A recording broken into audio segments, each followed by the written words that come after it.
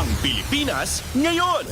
Narito na ang pinakamainit na mga balita na nakalap sa bawat sulok ng bansa. Ihahatid sa bawat Pilipino saan man kayo sa mundo. Ang Pilipinas ngayon. Pakinggan ang bawat kaganapan sa bawat lalawigan. Ito ang Pilipinas ngayon.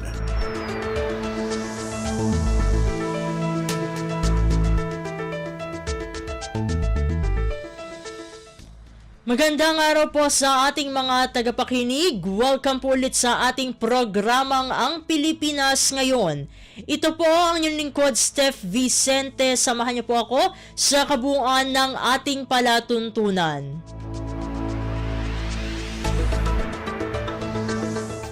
Tulad ng dati, mapakikinggan po ang ulat ng ating mga kapatid na himpilan sa probinsya, ang ating mga segmentong balitang negosyo at kalakalan, balitang esports at balitang artista, maging ang ilan sa mga pangunahing balita mula dito sa ating bansa. Yan po sa kabuuan ng ating palatuntunan, Ang Pilipinas Ngayon. Mga kaganapan sa Kamaynilaan at mga kalapit na lalawigan dito sa Ang Pilipinas Ngayon.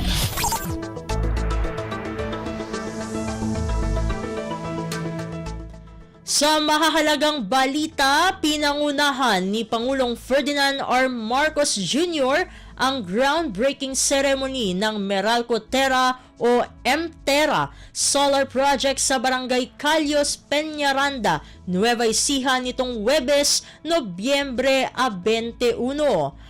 Ang MTerra Solar Project ang itinuturing na pinakamalaking solar plant at battery storage facility sa buong mundo na matatagpuan sa 3,500 ektaryang lupain sa mga lalawigan ng Nueva Ecija at Bulacan. Inaasahan naman na magiging operational ito sa taong 2026. Kaugnay nito, atin nang pakinggan ang kabuang mensahe ni Pangulong Ferdinand R. Marcos Jr. sa nabanggit na groundbreaking ceremony. Today we take a leap towards the future, driven by innovation and sustained by our collective hope for a cleaner and greener Philippines. We stand together at the site of what will become the largest integrated solar and battery storage facility in the world, the Terra Solar Project. This landmark project will put our country on the map as a leader in renewable energy.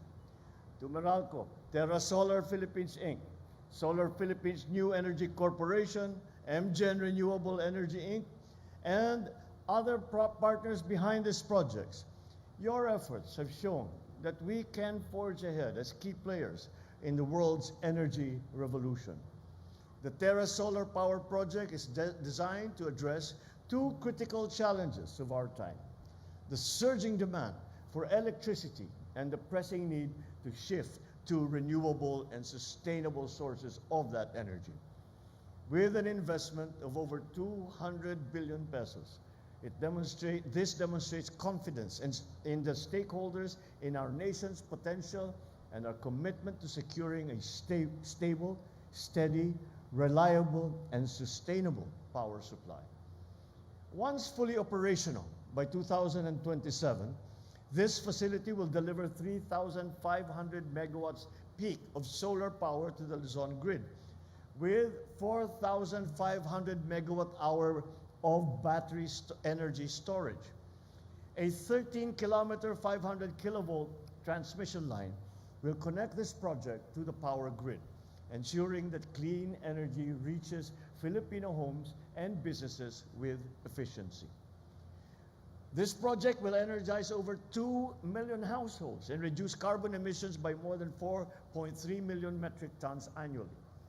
To put that into perspective, it is the equivalent of removing 3 million gasoline-powered cars from our roads, decisive action towards helping address global warming and climate change.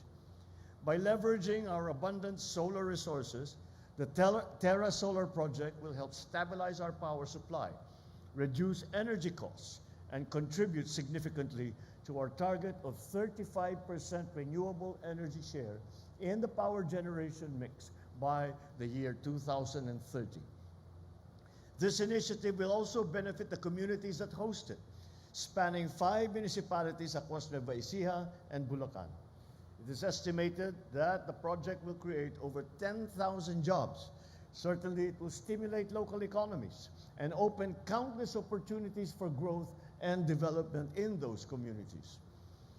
Over the next decade, it is poised to generate nearly 23 billion pesos in financial benefits, resources that will pave the way for even greater progress.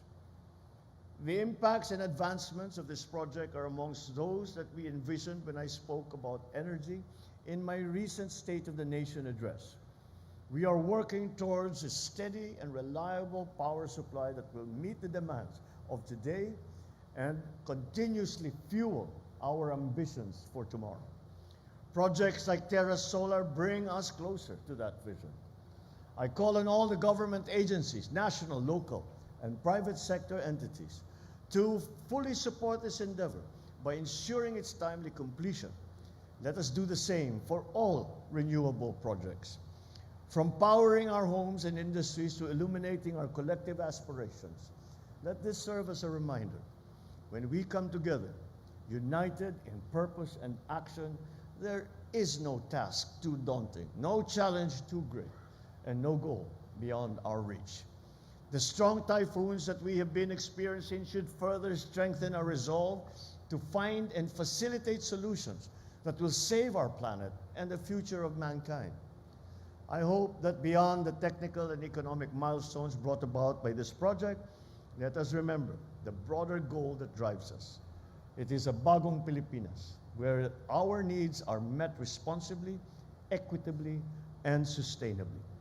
Let us ensure that Terra Solar becomes a beacon of hope and progress, a testament to what we can achieve when we protect and preserve our natural resources while drawing strength from its abundance. Together, let us create a brighter, more inclusive, more sustainable future for all Filipinos. Si Pangulong Ferdinand R. Marcos Jr. Pasada ng mga balita mula sa Pilipinas para sa mga Pilipino saan man sa mundo.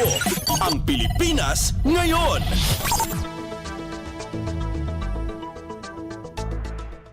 Sa iba pang mga balita, pinangunahan ni Pangulong Ferdinand R. Marcos Jr. sa kaparehong araw ang pamahagi ng Certificates of Land Ownership Award o CLOAS at Certificates of Condonation with Release of Mortgage o COCROMs sa mga Agrarian Reform Beneficiaries o ARBs sa isang seremonya sa Bacolor, Pampanga. Ito ay isa lamang hakbang bilang patunay sa commitment ng Administrasyong Marcos Jr.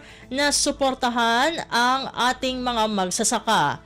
Sakop ng pamahagi ang 3,000 at 903.48 ektarya ng lupain kung saan 2,939 na COCROMs ang ibinigay sa 2,487 ARBs. Atin ang pakinggan ang talumpati ni Pangulong Ferdinand R. Marcos Jr. sa naturang kaganapan. Magandang araw po sa inyong lahat. Maraming salamat po sa mainit na pagtanggap ninyo sa amin. Sa tuwing nakikita ko sa aking kalendaryo na may nakalagay na Distribution of Certificate of Land Ownership Award o tinatawag na CLOA at kasabay ang Certificate of Condonation with Release of Mortgage o yung tawag naman natin ay COCROM. Talagang hindi ko mapigilan na bilangin ang mga araw hanggat ako'y makarating. Sapagkat ang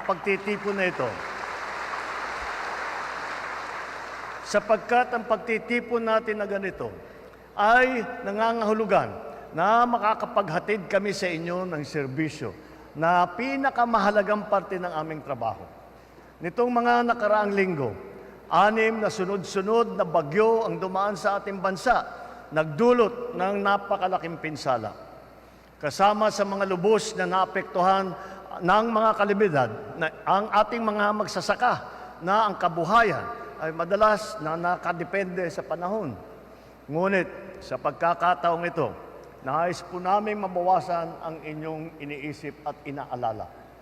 Kasama ng kagawaran ng reformang pansakahan na pinangungunahan ni Kalihim Conrad Estrella, namamahagi po kami ng 30 CLOA sa 28 Agrarian Reform Beneficiary o ARBs at halos 3,000 kokrom sa kulang-kulang 2,500 benepisyaryo ng reformang pansakahan.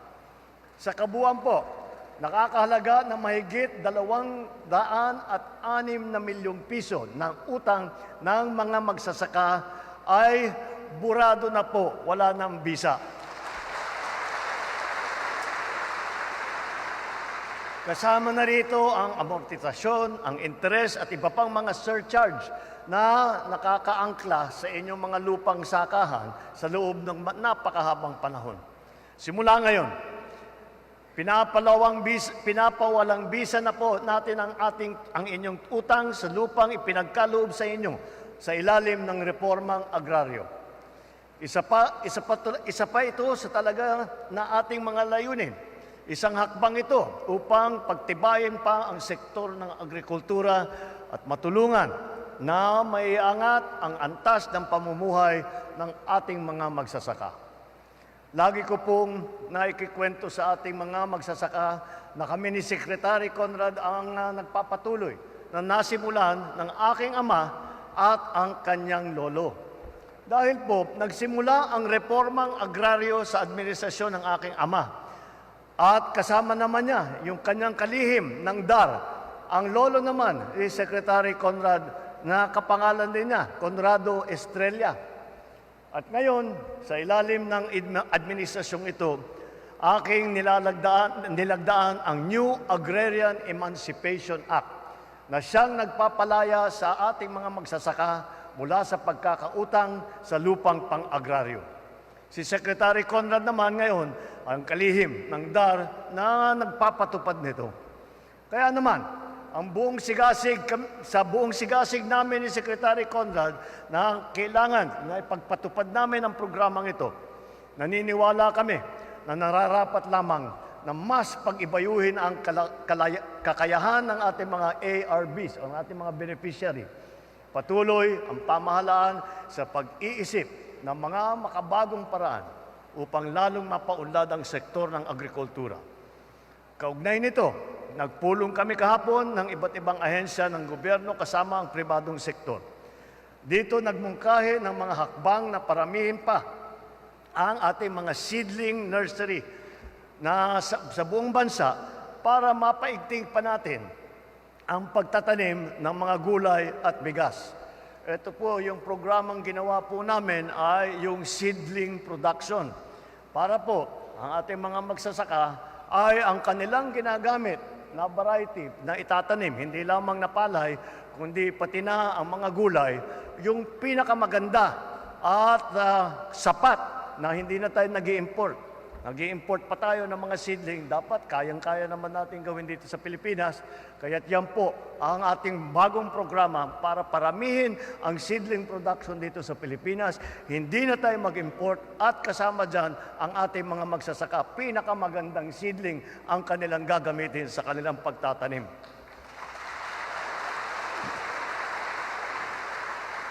Sigurado ako na sa ganitong paraan, ay makakatulong ito sa ilang pangunahing industriya ninyo rito sa Pampanga, kagaya ng pagsasaka, specialty food, at ang food processing. At hindi lang pala rito, hindi lang kilala ang mga Kapampangan. Nabalitaan ko ang inyong lalawigan ang pinakamalaking supplier ng itlog dito sa Central Luzon, na kumakatawan sa 17% ng kabuuang produksyon ng itlog sa buong Pilipinas. Sa tulong ng Partnership Against Hunger and Poverty Program ng gobyerno, isa sa mga kapuri-puring kontribusyon ng inyong probinsya ay ang patuloy na pagsusupply ng itlog sa ating mga persons deprived of liberty o yung tinatawag ng mga PDL sa mga bilangguan o BJMP na facilities. Ang programang ito ay isang halimbawa ng magandang pagtutulungan ng pribadong sektor at ng pamahalaan. Talaga naman pong napakalaki ang maitutulong ng kababayan natin Kapampangan sa pangkalahatang pag-unlad ng ating bansa. Ang mga proyektong gaya nito ay nag-uudyok sa amin na maging mas porsigido pa sa pag-abot ng tulong. Naway magsilbing inspirasyon din ang aming handog ngayong araw para sa panibagong yugto sa inyong mga buhay, kung saan hindi lamang kayo at ang inyong pamilya ang aasenso, maging ang buong bansa ay kasama ninyo sa inyong tagumpay.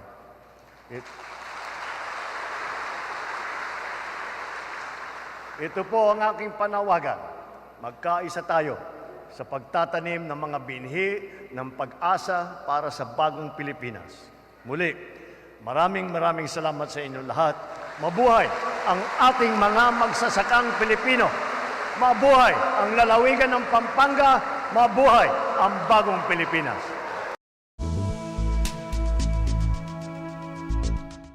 Si Pangulong Ferdinand R. Marcos Jr. Kumpleto, detalyadong balitaan, di papahuli sa mahahalagang kaganapan. Kamustahin ang inang bayan, ang Pilipinas ngayon.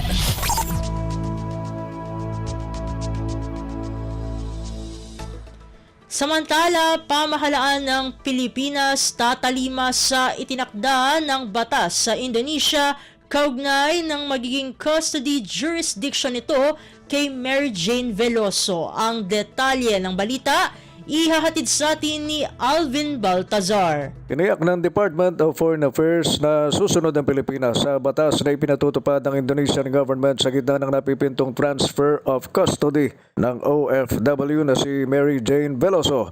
Sa Malacanang briefing, sinabi ni DFA Undersecretary Eduardo De Vega na rerespetohin ng gobyerno sa kung ano ang itinatakda ng Indonesia ukol sa inaasahang paglilipat nila ng kustodiya kay Veloso. Sumatotal kasi ayon kay De Vega ay mananatili ang legal jurisdiction ng Indonesia kay Mary Jane kahit maisakatuparan na ang transfer of custody dito sa ating bansa. Kapag nangyari ito, paliwanag naman ni DOJ Assistant Secretary Mico Clavano ay physical custody ang magiging bahagi ng Pilipinas kay Veloso at ito'y kapag nakauwi na sa bansa ang OFW. Kaugnay nito ay maaaring sa NBI o diretso na sa isang correctional facility si Mary Jane kapag balik Pilipinas na ito mula sa Indonesia. Pakinggan natin si DFA Undersecretary Eduardo De Vega. We again respect Indonesia's sovereignty and jurisdiction over this case. We will not do anything which will be against their will or much less against their own laws. Mula sa Palasyo ng Malacanang, Alvin Baltazar, Radyo Pilipinas. Pasada ng mga balita mula sa Pilipinas para sa mga Pilipino saan man sa mundo. Ang Pilipinas ngayon.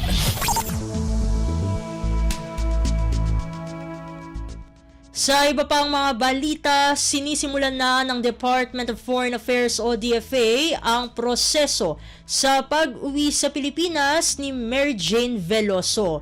Ayon kay Foreign Affairs Undersecretary Eduardo De Vega, may binubuo ng team ang gobyerno na siyang makikipag-usap sa Indonesia kaugnay ng paglipat ng isang detainee mula sa ibang bansa. Sabi ni De Vega, hindi pa alam ni Mary Jane ang magandang balita dahil hindi pa nila ito na ipaparating sa kanya dahil hindi pa naman ito opisyal. Batid na mismong si Pangulong Ferdinand R. Marcos Jr. ang nagkumpirma na makakauwi na ng buhay si Mary Jane matapos ang mahigit isang dekada na pakikipaglaban sa death row. Nagdesisyon kasi ang Indonesia na ipasa na sa Pilipinas ang physical custody kay Veloso. Kumpleto, detalyadong balitaan, di papahuli sa mahahalagang kaganapan. Kamustahin ang inang bayan, ang Pilipinas ngayon.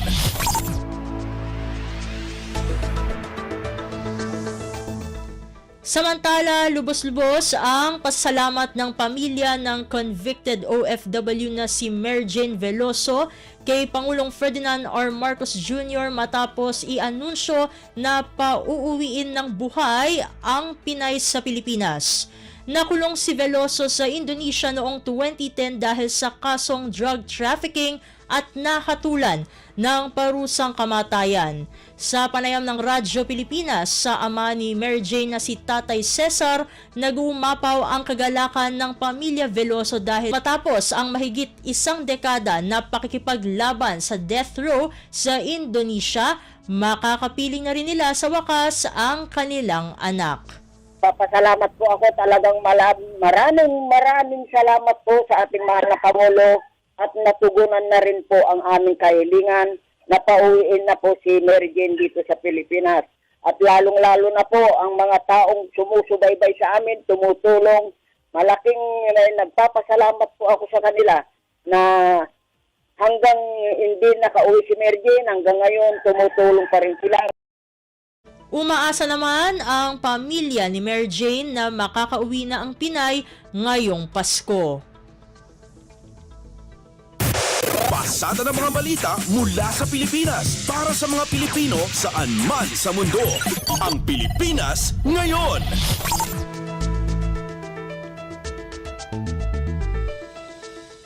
Sa iba pang mga balita, sumasalamin sa magandang relasyon ng Pilipinas at Indonesia ang nalalapit ng pagpapauwi kay convicted OFW Mary Jane Veloso. Bukod dito, sinabi ng Department of Foreign Affairs o DFA na pinapakita rin ito ang commitment ng Indonesia sa pagprotekta sa mga manggagawang Pinoy doon. Ayon kay Justice Assistant Secretary Miko Clavano, buhay na buhay pa si Veloso, ibig sabihin nagbunga ang isang dekadang pagsisikap ng gobyerno at ang magandang relasyon ng Indonesia at Pilipinas. And we again thank the Indonesian government for this act of grace. We also attribute this to the good relations and the good friendship which our president has with the Indonesian government and specifically President Prabowo. Si Justice Assistant Secretary Miko Clavano. Kumpleto, detalyadong balitaan, di papahuli sa mahahalagang kaganapan. Kamustahin ang inang bayan, ang Pilipinas ngayon.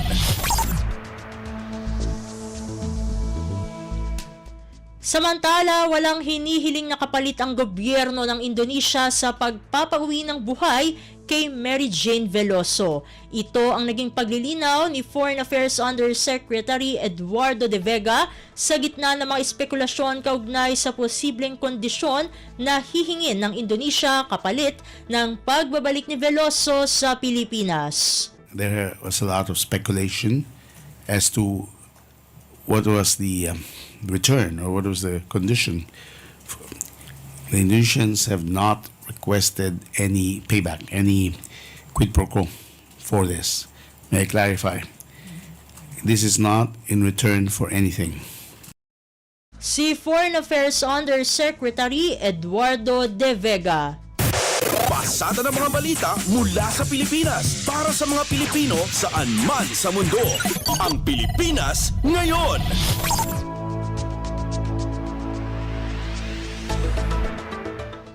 Sa iba pang mga balita, kaligtasan ni Mary Jane Veloso pinasisiguro ni Senate President Cheese Escudero. Ang kabuang ulat ihahatid sa atin ni Nympha Asuncion. Pinatitiyak ni Senate President Jesus Escudero sa mga otoridad ang kaligtasan ni Mary Jane Veloso sa kanyang pagbabalik bansa para niya maibsan ang takot o pag-aalala ng mga kaanak nito kaugnay ng pagbabalik bansa niya mula sa Indonesia. Kasabay nito ay nagpasalamat ang Senate President kay Pangulong Ferdinand R. Marcos Jr. at sa lahat ng mga opisyal at kawani ng DFA sa walang patid na pakikipag-ugnayan at pakikipagnegosasyon sa Indonesian government para mailigtas sa hatol ng kamatayan ng ating kababayan at maiuwi ito sa Pilipinas. Nararapat rin anyang pasalamatan si Indonesian President Prabowo Subianto at ang buong pamahalaan ng Indonesia. Kasabay rin ng papuri at pasasalamat ay nanawagan si Senador Joel Villanueva sa pamahalaan, partikular sa DFA at sa Department of Migrant Workers na ipagpatuloy ang mga hakbang at diplomatic initiatives sa pagtitiyak ng karapatan at kapakanan ng mga kababayan natin sa ibang bansa, lalo na yung mga Pinoy na nasa death row abroad. Sinabi ni Villanueva na bilang sponsor ng 2025 budget ng DMW sa Senado ay naglaan sila ng 1.3 billion pesos para sa action fund ng DMW na layong bigyan ng anumang kinakailangang tulong ang mga OFW. Mula Senado, ito si Nympha Asuncion para sa Radyo Pilipinas. Kumpleto, detalyadong balitaan, di papahuli sa mahahalagang kaganapan. Kamustahin ang inang bayan, ang Pilipinas ngayon.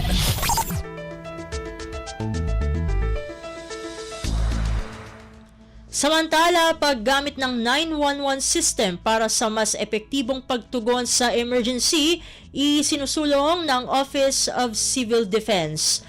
Ang detalye ng balita ihahatid naman sa atin ni J. Mark Dagala. Itinutulak ng Office of Civil Defense sa paggamit ng Centralized National 911 System na siyang iisang takbuhan ng mga Pilipino para sa pagtugon sa krimen at disaster emergencies. Ito ang inihayag ni OCD Administrator Undersecretary Ariel Nepomuceno. Makaraang samahan nito si NDRRMC Vice Chairman at DILG Secretary John Vic Rimulya sa isinagawang aerial inspection sa mga lugar na sinalanta ng Super Bagyo Pepito. Ani ni Nepomuceno, nagkakaisa sila ni Rimulya sa alikaing maging simple at mabilis sa pagtugon ng pamahalaan sa mga sumbong, reklamo at pagiging ng tulong ng mga Pilipino. Git pa ng opisyal, kanya-kanyang toka bawat ahensya ng pamahalaan gaya ng DOST, DILG, DSWD at NEDA sa pagtugon sa kalamidad. Bilang bahagi na rin anya ng whole of government approach. Bilang sekretary at ama ng NDRRMC, sinabi ni Nepomuceno na nagsisilbi tagapag-ugnayang OCD sa mga nabanggit ahensya para sa mabilis sa pagkilos at pagpapabot ng tulong sa mga apektadong komunidad. Kaya naman sa pamagitan anya ng 911 system, sinabi ni Nepomuceno na makatutulong ito upang makamit ang adikain na mas mapabilis pa ang pagresponde sa panahon ng kalamidad. J. Mark Dagala, Radyo Pilipinas. Pasada ng mga balita mula sa Pilipinas para sa mga Pilipino saan man sa mundo. Ang Pilipinas ngayon.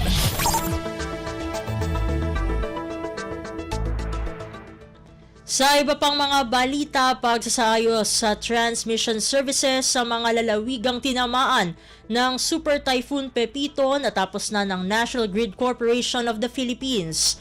Ang kabang ulat, ihatid naman sa atin ni Mary Ann Bastasa. Balik na sa normal ang pagsusupply ng kuryente ng mga transmission line ng National Grid Corporation of the Philippines o NGCP sa mga lalawigang apektado ng mga pag-ulang dulot ng Super Typhoon Pepito.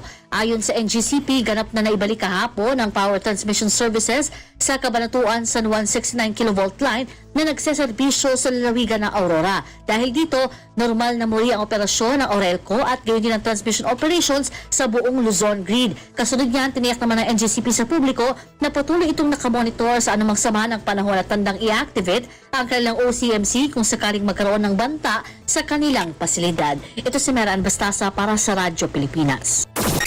Kumpleto, detalyadong balitaan, di papahuli sa mahahalagang kaganapan. Kamustahin ang inang bayan, ang Pilipinas ngayon.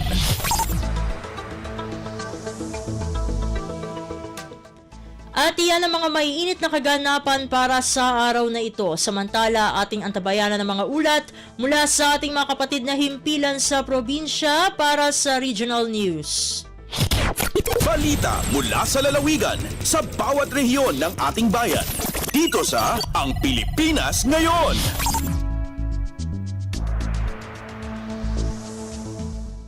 Narito na ang bugson ng ating mga regional news. Dumako muna tayo sa rehiyon ng Luzon. Danyo sa agrikultura sa lungsod ng Batak matapos ang sunod-sunod na bagyo, umabot na ng 45 million pesos. Ang kabuang ulat ihahatid sa atin ni Jude Pitpitan mula sa Lawag. Umabotan ti 45 million pesos ken mabaling pay nga umado ti danyos a pinasar ti syudad ti Batak iti banag ti agrikultura. Sipod iti sasangbay iti bagyo iti bulan ti Oktubre. Partikular nadadael mula ket iti pagay nga umabot iti nasurok 32.7 million pesos, high value crops nga nasurok 5 million pesos, mais nasurok 1.3 million pesos, fishery 46,000 pesos, agri infra nga nasurok 5 million pesos, ket iti livestock umabot mat ti nasurok 5 million pesos. Tinadakama ta datos ket aging gana iti panagwar ti bagyong Marse ket madamada paylaeng nga agal-ala ti datos manipod kadagiti Manalon, manipod iti bagyong Nika, Ophel ken Pepito. Manay ti dato yung pasigurado ni City Agriculturist Mark Abad nga uray no adu regiti nadadahel makaumanay mat paylaeng ti makan iti syudad ti Batak ken adu kadagiti na imula ti Salbar ken nagtutuloy ti panagapit dagiti Manalon iti syudad. May palagip nga bayat iti napintas a panawan sakbay ti bagyo simmambot dagiti LGU ken dagiti manalon anagapit iti pagay tapno maliklikan iti pannakaperdida. Manipod dito syudad ti Lawag, Jude Pitpitan para iti Radyo Pilipinas World Service. Balita mula sa lalawigan sa bawat rehiyon ng ating bayan. Dito sa Ang Pilipinas Ngayon. Inyong napakinggan ang ulat ni Jude Pitpitan mula sa Lawag. Puntahan naman natin ang Agoo, mga nonagenarians at centenarians sa Bacnotan, La Union nakatanggap ng cash incentive mula sa lokal na pamahalaan. Narito si Glenda Sarak para sa balita. Nakaawat iti cash incentives ti 36 nonagenarian ken 6 centenarian ijay Bacnotan, La Union manipod iti lokal a gobyerno itay kalabas. Personal inyawat the Mayor Divine Fontanilla ken Vice Mayor Francis Fontanilla dagiti cash incentives para kari iti kwalipikado a natataengan. Agbalor ti cash incentive iti 5,000 pesos, aging iti 20,000 pesos para kari iti nonagenarians, wenno dagiti agtawan iti 50 aging gat 50 kat 9 ken iti centenarian wenno dagiti agtawan iti sangagasot. May tunos ti panakaipa iti insentibo iti Ordinance number 721 series of 2021 wenno iti nonagenarian and centenarian benefit ordinance ti munisipyo. Nakalanad iti ordinance a makaawat iti 20,000 pesos, ti may sa centenarian malaksib pa iti cash incentive a 100,000 pesos manipod iti DSWD. May nagitra ito'y alalukuyon ti munisipyo dagiti interesado ang makaammo iti adupay ng impormasyon iti panakaipa iti insentibo nga agturong dagito iti Municipal Social Welfare and Development Office tapno mas mailawlawag kadakwada ti maipapan iti ordinansa. Manipod Agoo, La Union, Glenda Bakungan Sarak para iti Radyo Pilipinas World Service. Balita mula sa lalawigan sa bawat rehiyon ng ating bayan. Dito sa Ang Pilipinas Ngayon. Inyong napakinggan ang ulat ni Glenda Sarak mula sa Agoo. Dumako naman tayo sa rehiyon ng Kabisayaan, PhilRice na mahagi ng certified seeds. 297 rice farmers ng lungsod ng Borongan na biyayaan. Ang detalye ng balita ihahatid naman sa atin ni Sok Aberia mula sa Borongan. 448 kasakwen certified na gahin humayato ni Gindool ang Philippine Rice Research Institute na daing 297 rice farmers sa syudad ng Borongan aging dumarang nga distribusyon na pagbinuligan PhilRice Eastern Samar ug PhilRice Northern Samar nga ng City Agriculture Office na gimbuhat a plaza ng syudad ng Martes, Nobyembre 19. Ining rice farmers at kinarawat in isa duha nga dahin tulo ka sako nga certified seeds na may dasulod nga 20 kilos ang kain humaya kada sako. Base kan Misair Obera, PhilRice Coordinator Eastern Samar nga NSIC RC 216 og 402 nga kahi aton ipinanhatag nga sa eton kareg igtanom hiling nga rice farmers na ginpalit tan irabuhatan kan Mr. Lito Macheka nga certified seed grower habungtuan kinapundan na sinirangan Samar. Ini nga 297 nga rice farmers aton iupod hagin dumara nga binhi padala system pilot registration ng Rice Competitiveness Enhancement Fund o RCEF and PhilRice ha syudad ng Borongan na naglabay nga bulan han Oktobre. Di ka nga syudad ng Borongan, Sok Aberia, Radyo Pilipinas World Service. Balita mula sa lalawigan sa bawat rehiyon ng ating bayan. Dito sa Ang Pilipinas Ngayon. Inyong napakinggan ang ulat ni Sok Aberia mula sa Borongan. Dumako naman tayo sa Sogod.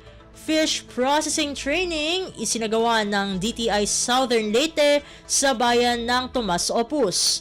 Ang kabuang ulat ihahatid sa atin ni Ruel Bugnos. Ang Department of Trade and Industry kung DTI Southern Leyte Provincial Office pinagi sa Negosyo Center Tomas Opos kauban ng Local Government Unit malamposon nga nagpaigayon og Entrepreneurial Development Training on Sardina Processing kanatong Nobyembre 11, 2024 sa TESDA Building. Sa impormasyon nagikan sa DTI ang maong pagbansay nagtumong sa pagsangkap sa mga membro sa piling Women's Association sa lungsod sa mga mahinungdanon nga entrepreneurial skills alang sa dugang nga livelihood opportunities. Sa maong training gitukiusab ang entrepreneurial mindset nga gidisenyo aron nga masilsil sa ilang unahuna ang growth-oriented mindset ug pagdasig usab alang sa usa ka productive ug innovative approach sa negosyo. Dugang panihana gipaygayon usab ang hands-on skills training sa sardines processing. Lakip na ang sesyon sa costing ug pricing alang sa tukmang paghatag og presyo sa mga produkto aron nga masiguro ang kita sa matag benepisyaryo. Balita gikan sa Southern Leyte, kini si Roel Bugnos para sa Radyo Pilipinas sa World Service.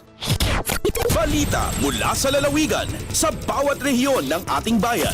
Dito sa Ang Pilipinas Ngayon.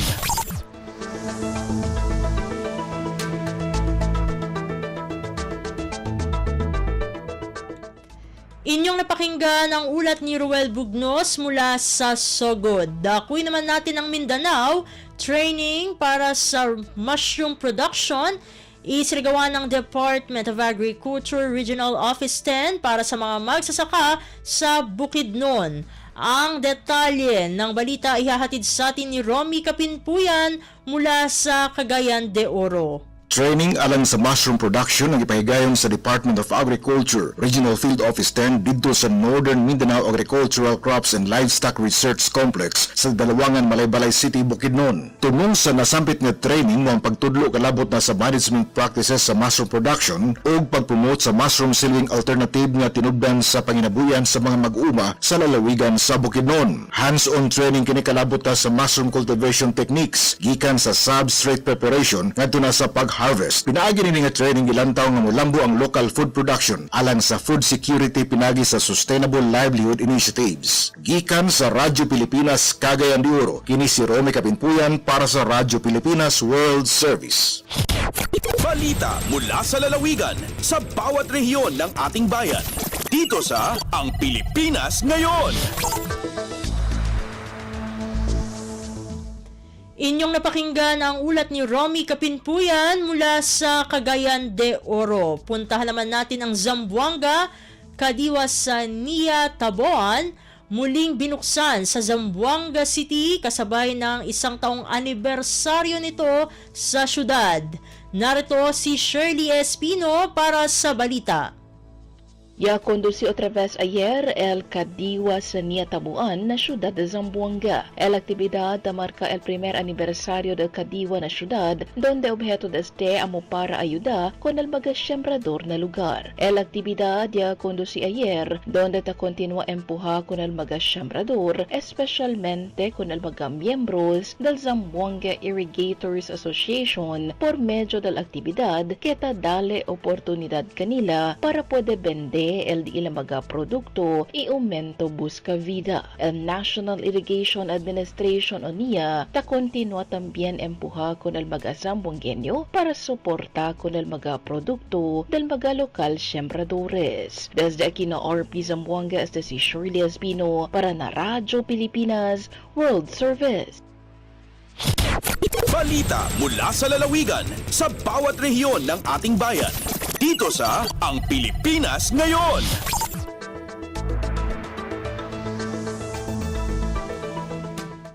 Inyong napakinggan ang ulat ni Shirley Espino mula sa Zamboanga. Dumako naman tayo ngayon sa Butuan. DSWD Caraga nakapaghatid ng tulong sa 129 na pamilya kabilang ang 112 mag-aaral sa Caraga State University na apektado sa nangyaring sunog sa Butuan City. Ang detalye ng balita ihahatid naman sa atin ni Jocelyn Morano.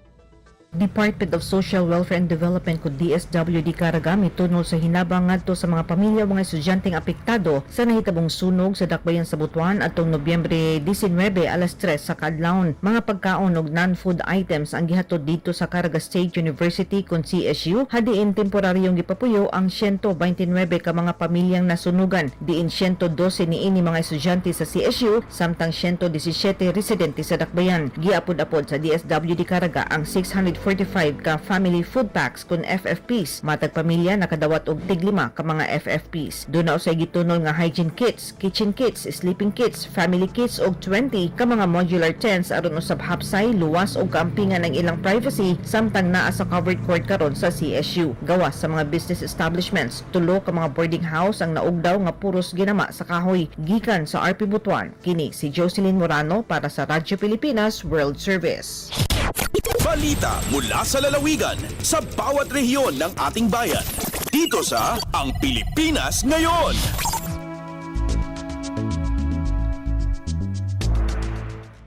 Inyong napakinggan ang ulat ni Jocelyn Morano mula sa Butuan. Puntahan naman natin ang Iligan, pananalapi ng Islam, hindi lamang para sa mga Muslim. Malaysia, suportado ang pagpapaunlad ng Islamic finance sa Pilipinas. Ang kabuang ulat, ihati naman sa atin ni Sharif Timhar Habib Majid.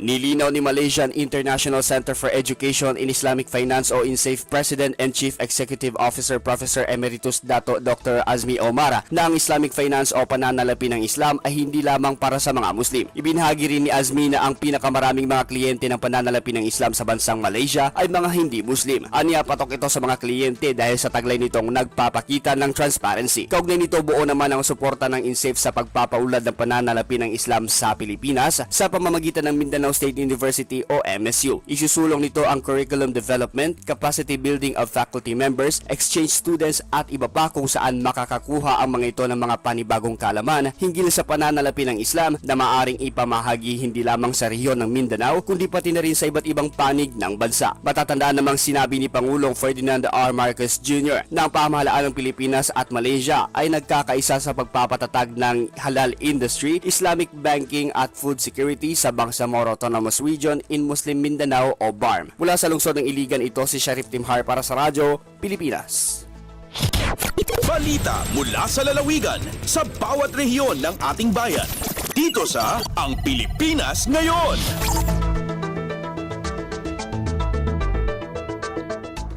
At inyong napakinggan ang ulat ni Sharif Timhar Habib Majid mula sa Iligan. Dito na nagtatapos ang ating regional news. Narito naman ang ating segmentong Balitang Negosyo at Kalakalan na ihahatid sa atin ng ating kasamang si Bea Gaza de Guzman. Lagay ng ekonomiya, kalakalan, negosyo at iba pa. Atin ang alamin dito sa Ang Pilipinas Ngayon. Magandang umaga, narito ang balitang negosyo at kalakalan. Inihayag ng Philippine Economic Zone Authority o PEZA na on track ito sa paggamit ng 200 bilyong pisong investment target para sa taong kasalukuyan. Ito ay kasunod ng pagkakatala ng investment approvals na umabot sa 186.9 bilyong piso nitong Nobyembre at 13. Sinabi ng PEZA na lumampas na ang halaga sa 175.71 bilyong piso na naitala sa kabuang 2023 investment approvals. Mas mataas din ito ng 32% mula sa 140.884 bilyong piso na pamumuhunan o investment sa kaparehong period ng 2023. Mula Enero 1 hanggang Nobyembre 13, inaprubahan ng PEZA Board ang 222 bago at umiiral na ngunit pinalalawig pa ang mga proyekto na inaasahang makalilikha ng mahigit 3 bilyong dolyar sa exports at 60,000 mga trabaho. Kasama sa mga inaprubahang proyekto ang 4 na big ticket locator projects na nagkakahalaga ng 60.24 bilyong piso at isang domestic market enterprise na may 50 bilyong pisong pamumuhunan. At sa buwan ng Nobyembre lamang, nakapag-aproba ang PEZA Board ng 24 na bago at expansion projects na may kabuuang halaga na 62.341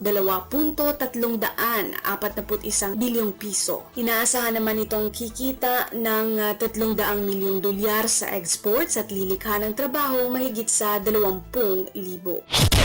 Lagay ng ekonomiya, kalakalan, negosyo at iba pa. Atin ang alamin dito sa Ang Pilipinas Ngayon. Inaasahang matatapos sa darating na ikalawang linggo ng Desyembre ang investigasyon ng Bangko Sentral ng Pilipinas o BSP sa unauthorized deductions sa GCash. Pahayag ni BSP Payments and Currency Management Sector Deputy Governor Mamerto Tangonan, masusi ang kanilang investigasyon dahil nais nilang tiyakin ng publiko na ligtas ito at pinananatili itong ligtas. Dagdag dito, upang makuha ang tiwala ng publiko, kinakailangan ipaliwanag kung ano ang nangyari, ano ang ginagawa ukol dito at paano maaaring protektahan ang mga sarili kung sakaling ito ay mangyari. Nauna nang sinabi ng BSP na layunin ng investigasyon na tukuyin ang posibleng vulnerabilities at review compliance alinsunod sa mga regulasyon at polisiya. Ipinagutos nito sa G-Exchange Incorporated o GXI, ang operator ng GCash e-wallet, na agad na resolbahin ang unauthorized deductions at kagyat na kumpletuhin ang proseso ng refunds. System error ang itinuturo ng GCash na dahilan ng mga deduction. Anitangonan, iniulat ng GCash na naisauli na ang mga halagang binawas sa mga apektadong GCash user. Pagtitiyak ni Tangonan, determinado ang BSP na alamin ang dahilan o root cause ng issue. Lagay ng ekonomiya, kalakalan, negosyo at iba pa. Atin ang alamin dito sa Ang Pilipinas Ngayon.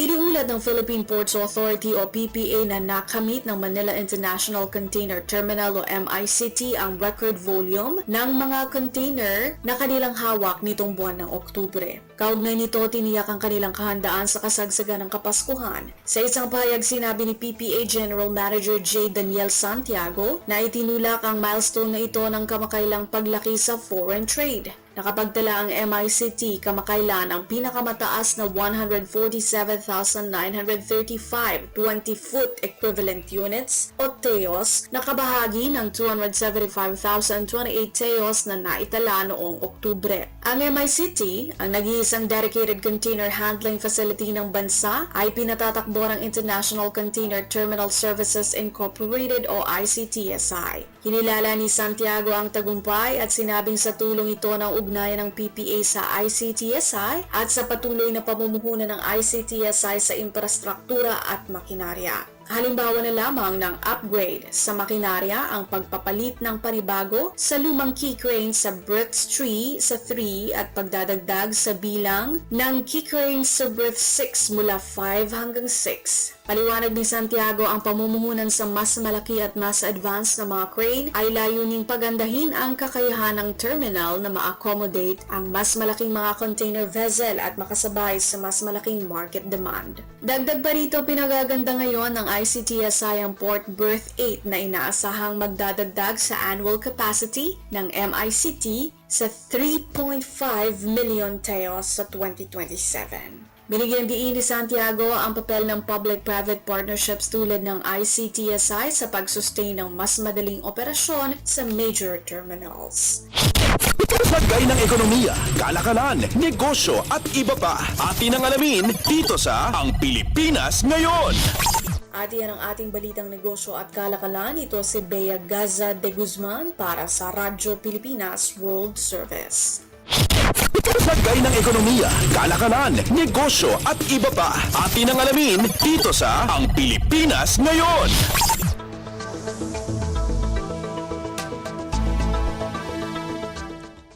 Maraming salamat, Bea, para sa ating segmentong Balitang Negosyo at Kalakalan. Narito naman ang ating segmentong Balitang Sports na ihahatid naman sa atin ng ating kasamang si Leo Magpayo. Updates at pinakahuling mga usapin sa mundo ng palakasan. Atin ang pakinggan dito sa Ang Pilipinas Ngayon. Magandang araw. Narito na po ang Sports Balita. Nagbabalik si Al Francis Chua sa Gilas, Pilipinas. Inanunsyo ng Samahang Basketball ng Pilipinas o SBP ang pagkatalaga kay Chua bilang Program Director at Team Manager ng Gilas Pilipinas Youth at Men's. Saktong isang araw ang pagkatalaga kay Chua sa Gilas bago kalabanin ng national team ang New Zealand sa second window ng FIBA Asia Cup Qualifiers. Huling sumama sa Gilas si Chua bilang manager nitong nakarang taon sa Asian Games kung saan nakopo ng Pilipinas ang gintong medalya. Samantala, sinabi ni Gilas Pilipinas head coach Tim Cone na may tsansang manalo ang men's national team laban sa New Zealand. Ayon kay Cone, kailangan protektahan nila ang home court advantage at paniguradong maraming fans ang manonood sa Mall of Asia Arena para ibigay ang kanilang suporta sa koponan. Simula ng opisyal na naging head coach si Cone, nanalo ang Pilipinas laban sa Hong Kong at Chinese Taipei sa first window ng Asia Cup qualifiers at sa Latvia sa FIBA Olympic Qualifying Tournament.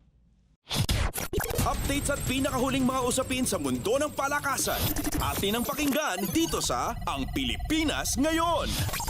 Nagliyab si Harold Alarcon para sa kanyang career high na 33 puntos para giyain ang University of the Philippines lagpas sa University of the East 77-67 sa UAAP Season 87 Men's Basketball Tournament na ginanap sa Philoil Eco Oil Center. Umakyat sa 11-3 record ang Fighting Maroons patungo sa kanilang pakikipagtuos sa University of Santo Tomas sa Final Four. Bumagsak naman sa 6-8 ang kartada ng Red Warriors para kunin ang kanilang ikalimang sunod-sunod na pagkatalo. Nakapagrehistro ng double-double si Kentin Milyora Brown sa nagawa nitong 16 na puntos at 12 rebounds para sa UP.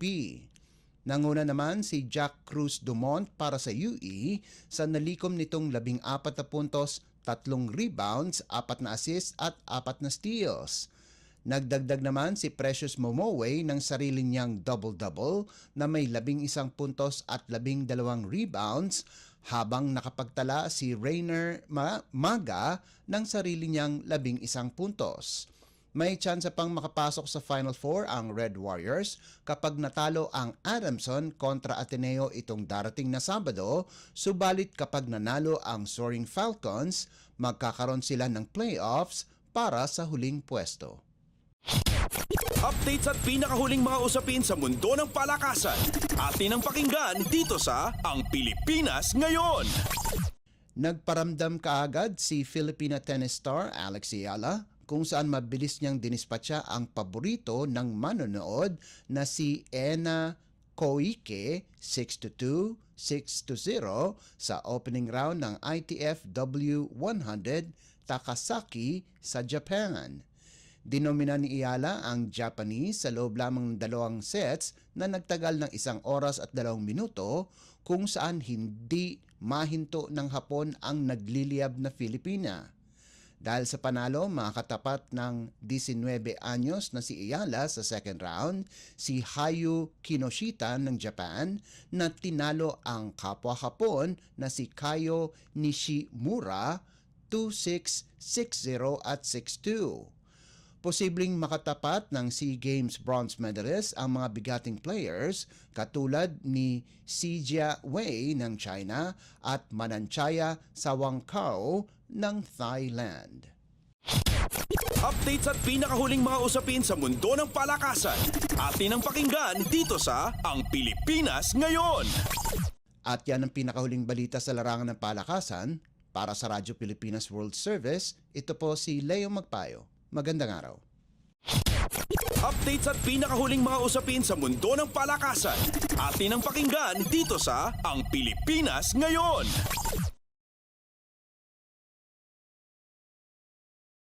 Salamat Leo para sa ating segmentong Balitang Sports. Samantala, narito na ang mga latest chika sa ating segmentong Balitang Artista kasama ang nag-iisang si Mama JT. Ang latest, ang hottest sa showbiz and entertainment. Heto na sa Ang Pilipinas Ngayon. Halo! Magandang araw sa ating mga chismoso at chismosang nag-aabang ng mga trending na balita sa mundo ng showbiz. Ito na ang ratsyada ng mga chika. Diretsahang sinagot ng bandang AGs ang mga kumakalat na balita tungkol sa yumaong miyembro nila na si Mercy Sunot. Sa kanilang Facebook post noong November 20, itinanggi nila ang isang impormasyong kumakalat online na gumagamit daw ng droga ang namayapang lead vocalist Pahayag ng AGs, walang bisyo ang bokalistang si Mercy at hindi ito naninigarilyo o umiinom.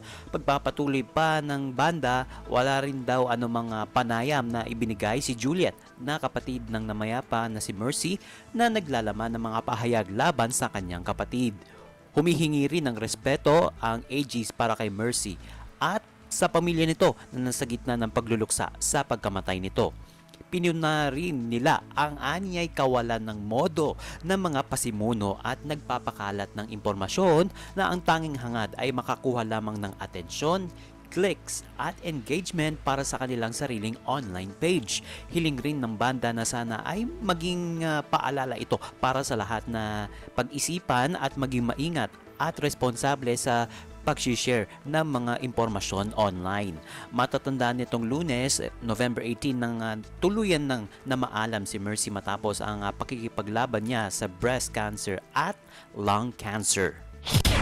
Ang latest, ang hottest sa showbiz and entertainment. Heto na sa Ang Pilipinas Ngayon. Sa iba pa nating chika ngayon, nasa Mexico ang Miss Universe 2018 na si Catriona Gray, hindi lang upang maging backstage host ng katatapos na Miss Universe 2024 kundi tikman ang mga pagkaing Mexicano.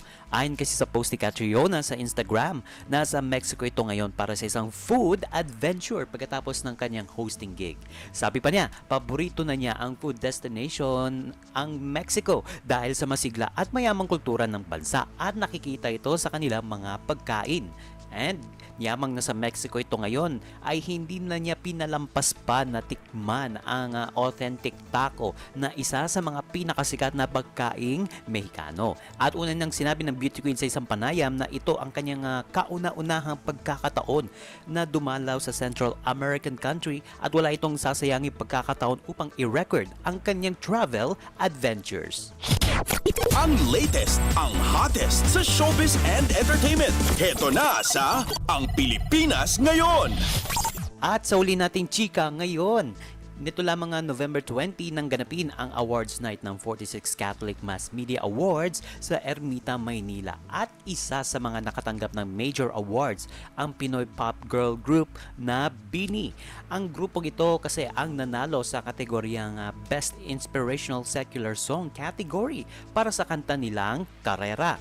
At wala man ng grupo upang tanggapin ng award dahil galing ito sa kanilang matagumpay na Grand Biniverse concerts nitong weekend at nitong Martes ay malugod naman ang grupo sa pagkilala ng CMMA sa kanilang kanta. And speaking of the awards, congratulations din sa ating sister station na Radyo Pilipinas 2 at ang programa nila na Going Places na pinangungunahan ng mga broadcaster na si Ven Blones at George Arsenio Jr. sa pagkakapanalo ng kanilang Holy Week Special na pinamagatang banal na pamamasyal na nagwagi bilang Best News Feature at tinalo nila ang 4 na iba pang entry sa nasabing kategorya. Pagbati po mula sa inyong lingkod. Ang latest, ang hottest sa showbiz and entertainment. Heto na sa Ang Pilipinas Ngayon. And OMG, wala na tayong sapat na oras para sa ating balitang artista. Maraming salamat mga kachismis sa pakikinig sa aking mga chika for today. Ako po si Mama JT para sa Radyo Pilipinas World Service. Ang latest, ang hottest sa showbiz and entertainment. Heto na sa Ang Pilipinas Ngayon. At yan po ang naging kabuuan ng ating programa para sa araw na ito. Samantala, magpapasalamat muna tayo sa ating mga nakasama sa ating transmitter site sa Tinang. Sa studio kasama natin sina Milo Jonella, Susan Aison at Anthony Pimentel. Salamat din sa mga naghatid ng mga ulat mula sa Kamaynilaan at mga probinsya, pati na rin ang naghatid sa atin ng ating segmentong Balitang Negosyo at Kalakalan na si Bea Gaza de Guzman, ng segmentong Balitang Sports na si Leo Magpayo at ng segmentong Balitang Artista na si Mama JT. At syempre, maraming salamat sa ating station manager na si Mr. Ray Sampang. Maraming salamat po hanggang sa susunod na edisyon ng ating palatuntunan. Huwag kalimutang mag-like, mag-follow at mag-subscribe na sa mga social media account o page ng Radyo Pilipinas World Service upang maging laging updated sa mga mahahalagang balita. Ito po ang inyong lingkod, Steph Vicente. Mabuhay po tayong mga Pilipino. At yan ang Pilipinas ngayon. Muling samahan si Ben Blones sa parehong oras at alamin ang pinakahuling mga kaganapan at balita saan man kayo naroon. Ang Pilipinas ngayon.